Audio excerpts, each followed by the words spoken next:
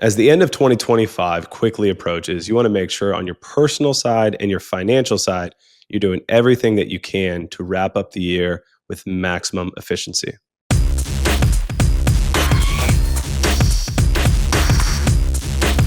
Welcome in. This is The Wealthy Life with Harrison Quinn, and we are, hard to believe, Harrison, the final couple of months here of the year. And I'm sure you've already kind of started looking ahead to 2026, but before we can even do that, there's a lot we got to close out this year, right? I'm sure you're having meetings right now with people as you're looking ahead at kind of what needs to be done before December 31st. Absolutely. I actually love the end of the year, and I do this kind of personal, now it's gone a little bit more public thing called December Finisher Challenge, and we're not quite there. But it's a really optimal way to just run efficiencies in your personal life and your financial life. And there's a lot of things that you really don't want to wait up until the last moments to be able to take advantage of and make sure that you're setting yourself up for the best 2026 possible. Yeah, obviously tax planning is a big part of this, investing is a big part of this, but some other things you might not be thinking about, especially if you are a business owner, an entrepreneur that we're going to talk about today in this video, they'll help set you up to finish off the year on a high note. If you have any questions, again, please get in touch. You can schedule a consultation with Harrison right now. Just go to hdqwealth.com, begin talking about these things. If you haven't had discussions about what you need to be doing currently and ahead into the future and how to live that wealthy life, now is the time to reach out. So, I think taxes is number one, I guess, that comes to mind right now. It's like, hey, what can I do to be mitigating what I got to pay next year? And that's top of mind for a lot of people, Harrison. So what do we need to be thinking about right now? Absolutely. Everyone's favorite topic is taxes, and we just had, the extension deadline that just occurred here in October. But there's a lot of great things you can be doing, even on a personal note. So if you're not a business owner or you're not an independent contractor, making sure you're hitting those maximum contributions on employer provided 401k or 403b or those individual retirement accounts.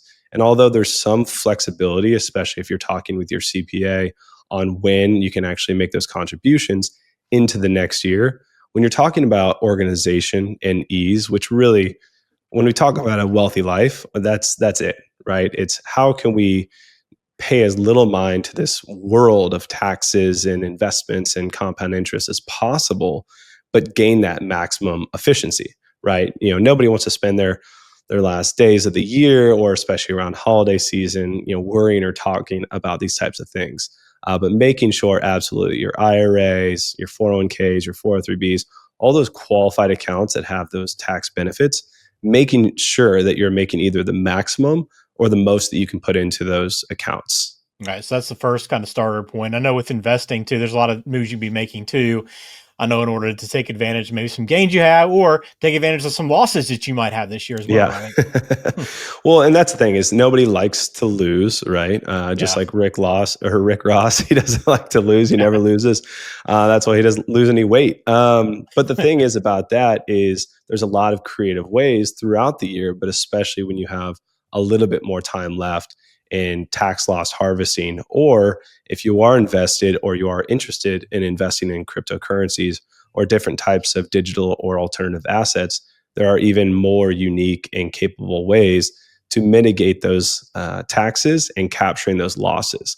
And very simply, because the world of finance is, often confusing, tax loss harvesting is simply selling something at a loss, which is not good and inherently doesn't sound great.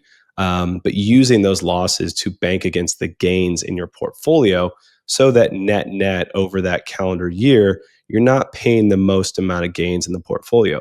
And the reason this can be beneficial is maybe there's a position in your portfolio that is lacking or maybe doesn't fit quite right. And you worked with your advisor and you agreed that this thing can get out of here, and taking advantage of that, and you can capture those losses. And at the end of the day, you're just hoping to pay lower taxes on your investments and in your gains in your portfolio. And it kind of along those same lines, how much are you reevaluating positions? As you mentioned, like you talk about maybe you found something that's not a good fit, maybe doesn't work as much. You can take advantage of the losses there, or you're considering maybe some alternative investments moving forward. How much are you looking at a portfolio and looking at rebalancing? Yeah, the end of the year is always a great time to evaluate many things in your life, and your investment portfolio definitely being one of them. And something that we personally do and we try to encourage our clients is, quarter to quarter and year over year, we're not reacting to the current market at state, and we're really not trying to predict what's going to happen next. But we try to, evaluate the portfolio, understand where the client's at, and zoom out a little bit so we can forecast and say, hey, what do the next 12, 24, 36 months look like in your portfolio, and how can we modify that to maximize returns, improve or enhance the income, and manage that downside, liability, to market volatility swings. And so when you're doing those evaluations, it really comes down to each specific client, and especially online financial commentators like us in this podcast, you don't really want to glean a ton of investment advice or any from someone generally speaking. And they shouldn't be giving general investment advice, and you shouldn't be taking it. So making sure that you're talking with your own advisor or reaching out to an advisor to get that unique look and perspective on your portfolio and where you are and at in your life. Absolutely. HDQwealth.com, best way to get in touch with Harrison that way. Kind of following along the same idea of taxes and tax planning here in the year. I know there's a lot of people that are charitably inclined this time of year, right, to help out. But there are some ways that you can be doing this to maximize, again, tax efficiency. Yeah. And you don't have to be philanthropic to give charitably. We encourage everyone, if you're so lucky to have the resources, to be philanthropically inclined. But the benefit is the way the tax system is set up in the US is that you will get rewarded for those types of contributions. And so identifying, those charities and making those donations meaningful before the end of the tax year. And so this is something that there's not really much or any flexibility on. And again, make sure you're speaking with your accountant to make sure that you're getting those in before December 31st. But they can have a great impact against your actual tax liability, your investment and portfolio gains overall, to make those charitable donations. And there's levels to it, just like anything else. And so if you're just starting out, making charitable donations to your local charities or maybe charities that you believe in is really, really important and impactful. And then also you can start to set up charitable accounts. Some are called donor advised funds, where you can actually use that and shelter positions that have gains into those accounts and capture that write off and then liquidate those positions and then write checks from there to those charities that you believe in. And there's a lot of amazing charities out there, and there's some big good charities, but just like supporting small businesses, we believe in supporting small charitable organizations. And so if you have some charitable organizations that are small or local or close to an impact that you believe in, try donating and supporting those first. And if you don't have a list of those, we actually have, I believe it's up to date, a list of small kind of pre-vetted charities on our website that we personally believe in or we're personally aligned with in some version or some way. And one other tip when it comes to charitable contributions and donations, and it's a little bit of an awkward one because they usually ask you this at the grocery store or maybe some other Best Buy or some type of department store. And when they ask, and Domino's is the worst because I love Domino's, but they do this on their app. They're like, hey, do you want to donate to Ronald McDonald or St. Jude's or Yeah. whoever it is? The biggest thing here, and it's not that those organizations are inherently bad, but those multi-billion-dollar companies like Walmart or Domino's or whoever are taking your kind, generous donations, $1, $2, $3 at a time, and they are using that to write off against their balance sheet. And the unfortunate part, in the line at the grocery store, you're going to look like the mean person or the bad person to the person checking you out or the person behind you. But in reality, and I've educated people in real time, and sometimes they don't like it. But I say, no, I'm not going to spend $1 or $3 to X organization because I'm going to make my dollars more impactful. And if I want to donate to St. Jude, I'm going to make that donation straight to St. Jude myself. And then I'm also going to receive the tax benefit that I get for being philanthropic. And so just make sure that when you're in those scenarios, some people think it's not a big deal. But if you start to look at the financials in these corporations, they're writing off billions of dollars of your money on a charitable donation that they did not commit. So something to think about. Got me thinking. I'm just, I don't think I'd ever really realized that or even thought about it. I just, hey, the money's going to good. Do you want to round up? Sure. What's an extra 75 cents or 32 cents or whatever it is? But yeah, I mean, you Yeah. can make that money more impactful for you and for whoever you're giving it to by doing it directly. So that's good to know. Now, Yeah. you kind of talk about these business owner strategies too, for these bigger corporations, but I know you work with a lot of individuals that are business owners or entrepreneurs. So what are you guys discussing in the year right now to kind of help position them better and to help, again, maximize this year for them? Absolutely. So, being a small business owner or medium-sized business owners, you get a lot more flexibility than just Uncle Sam, withholding taxes from, your company, withholding taxes from your paycheck, and then that's what you owe at the end of the day. There are creative strategies that can happen with that, but you're just limited to that point. And so you've probably heard or seen on social media the people who will buy a car and they'll write it off against their business income. And we're not going to get into the details, and you should ask your CPA, on what that is and how to do that. But what they're doing is they're purchasing a business asset or business expense that can be directly deducted against the business income. And the nice part is, if you have income and it gets lowered from business expenses, you pay overall less tax in your overall impact and liability. So it's really important once you get towards the end of the year, and that's why you'll see a lot of businesses and business owners make those purchases closer to the end of the year, because that's when they're getting a better understanding of, oh, hey, it looks like we're going to have an extra $1 million of profit. We've got to buy this heavy equipment, or maybe we're going to reinvest into this technology or this research and development. So making those intelligent decisions to your business to make sure that it makes sense, and then get that benefit of actually lowering that tax liability. And you've maybe heard someone say, like, you know, what's a write-off, a business write-off, is it's not free money, because you still need the liquidity in order to make that purchase. And if it doesn't make sense for your company, then it's really not a good deal, even if it helps lower your tax liability. But if you can do something that aligns with your business and, your pursuit for the next year, then it can make a lot of sense. And that could be as simple as buying a car for your business or reinvesting into the business somehow in some way. All right, very good. Again, if you're a business owner, great opportunity to talk with Harrison to kind of lay out your plans for the rest of the year. Make sure, again, that you are doing some of these things that can help benefit your business long term.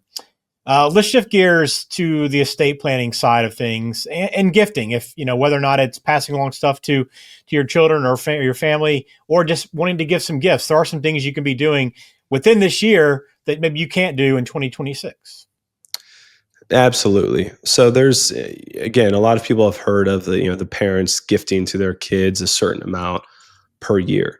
And what a lot of people, and I believe it's $19,000 for 2025.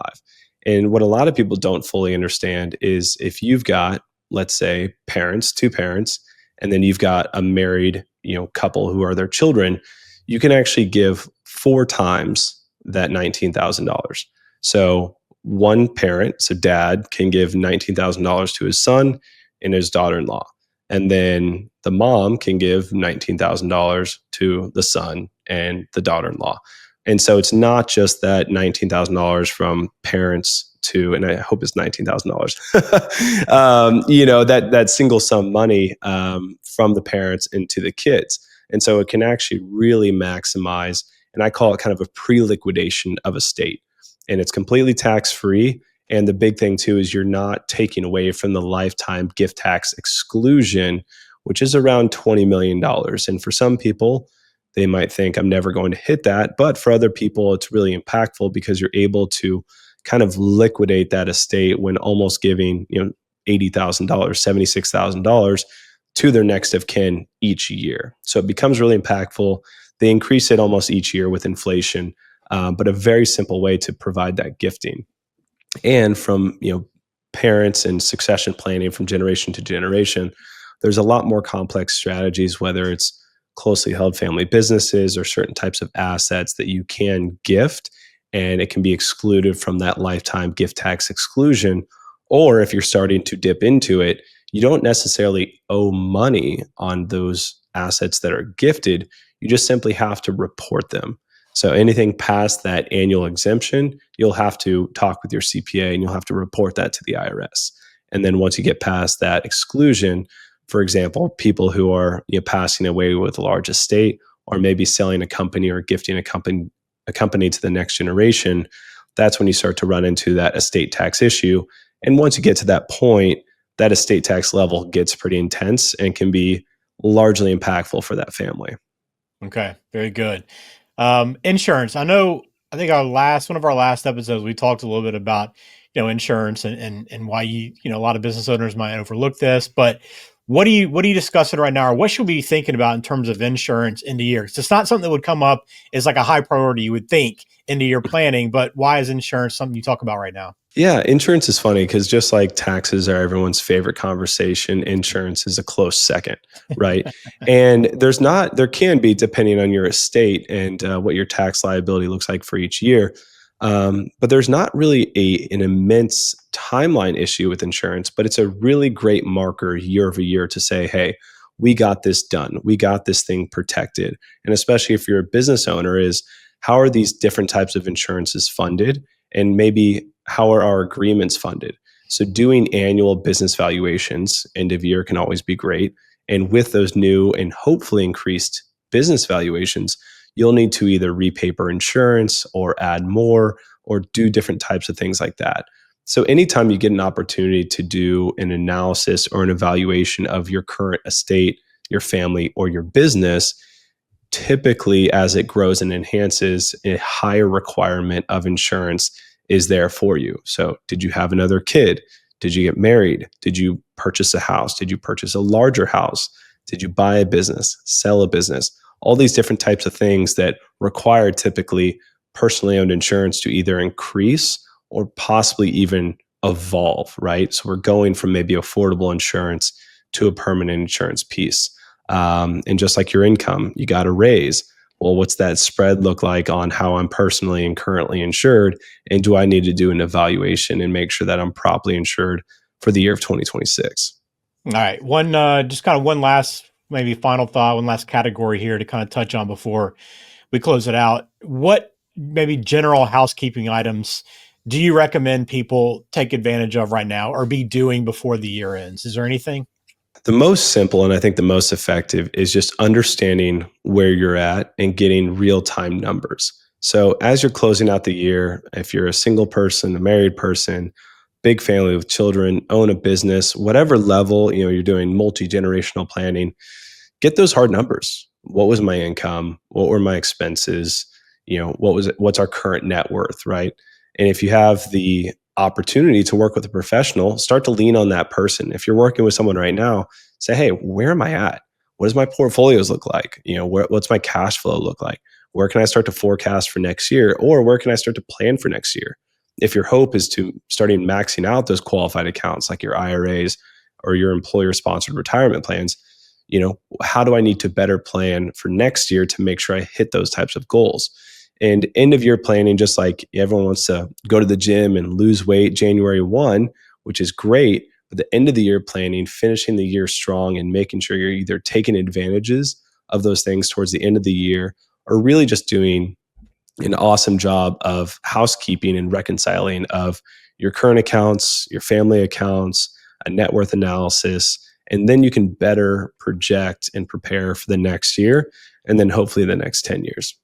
Well, as we kind of wrap up this episode of Wealthy Life, I think about those people, and you talk about all the time about how, this putting yourself in a good financial position frees up time to do what you really want to do. And I think that's a lot of the benefit that you provide right at this time of year, because like a lot of us aren't thinking about all these little items that need to get taken care of, right? You're hopefully out living your life and enjoying your life. But Yeah. again, that's the role you play, right? And the opportunity to sit down with you and the team there at HDQ Wealth and have someone hold you accountable for some of these things. And again, help make sure you're as efficient as possible so that you can truly not have to worry while you're out enjoying your life.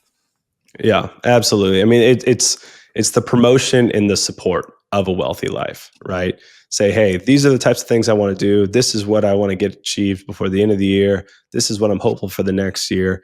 And then how does that all support my next 10-year plan? And that's really the hope. That's the hope that your person who's in your corner, that financial planner, that advisor, whoever you're calling that person, is supporting that theory and empowering you to live your wealthy life, which frankly, is not that often and that much spent speaking on taxes, investments, portfolio management, insurance, estate planning.